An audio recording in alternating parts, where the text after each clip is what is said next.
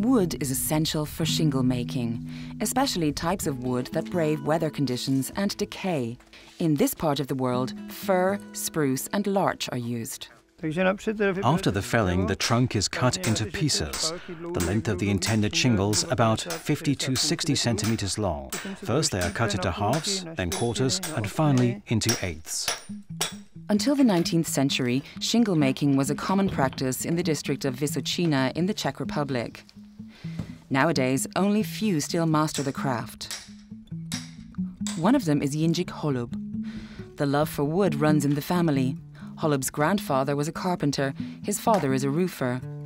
Jindřich decided to start making shingles so that this particular tradition would not be forgotten. He uses an axe to split off boards with a thickness of a few centimeters. The wood is split along the grain. That way, the natural run of the grain is preserved and not damaged. This makes split shingles more long-lasting than cut ones.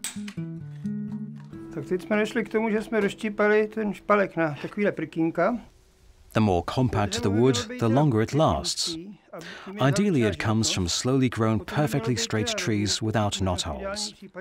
Unfortunately, this is not the case here. If possible, the knotholes are sawed off and then become waste wood.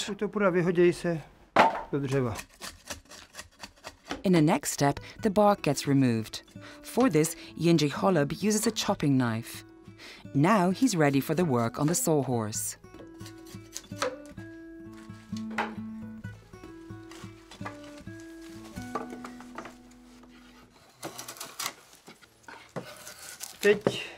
Here, I am able to level uneven wood parts which may have been caused by the splitting. The better the wood, the less it needs to be worked on. In this case, the wood is not ideal. To eliminate the twist, I need to straighten the board. When it is the width of a finger, the wood is turned into a V shape.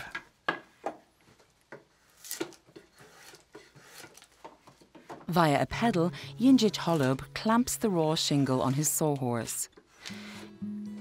Now it is processed with a draw knife on all sides. Then the long side is made cone-shaped. This is not only essential for the laying of the shingles on a roof or wall, this also makes sure that the shingles exposed to weather conditions are able to dry in an optimal way later.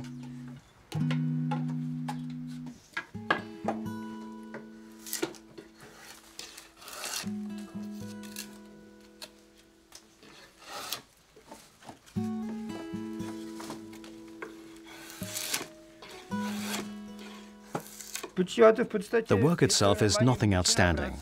It doesn't require great skills. It does, however, require physical exertion. The most difficult part is the careful selection of the wood. It is the basic material that determines the further processing.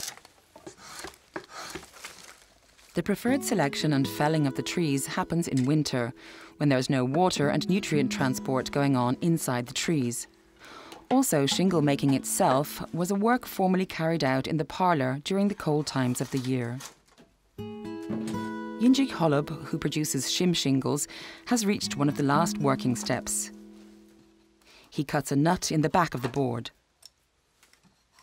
When the shingles are laid, the previously cone-shaped long side of one shingle will intertwine with the nut of the following shingle. Last but not least, the shingles are stacked and left to dry for 6 weeks.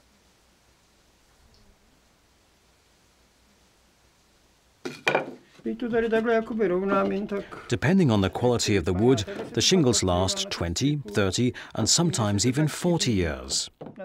If wood of lesser quality was used, for instance, back then for goat barns, the shingles needed to be replaced after 10 years. Better quality was used for silos and residential buildings.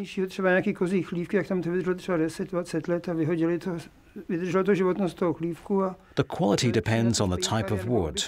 Firwood shingles do not last as long as spruce wood ones. Those which last the longest are shingles made of larch wood. They are particularly robust.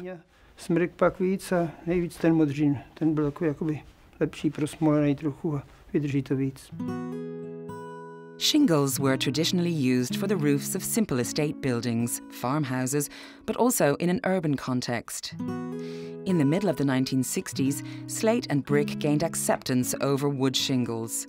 but for some time, wooden shingles have been enjoying great popularity again.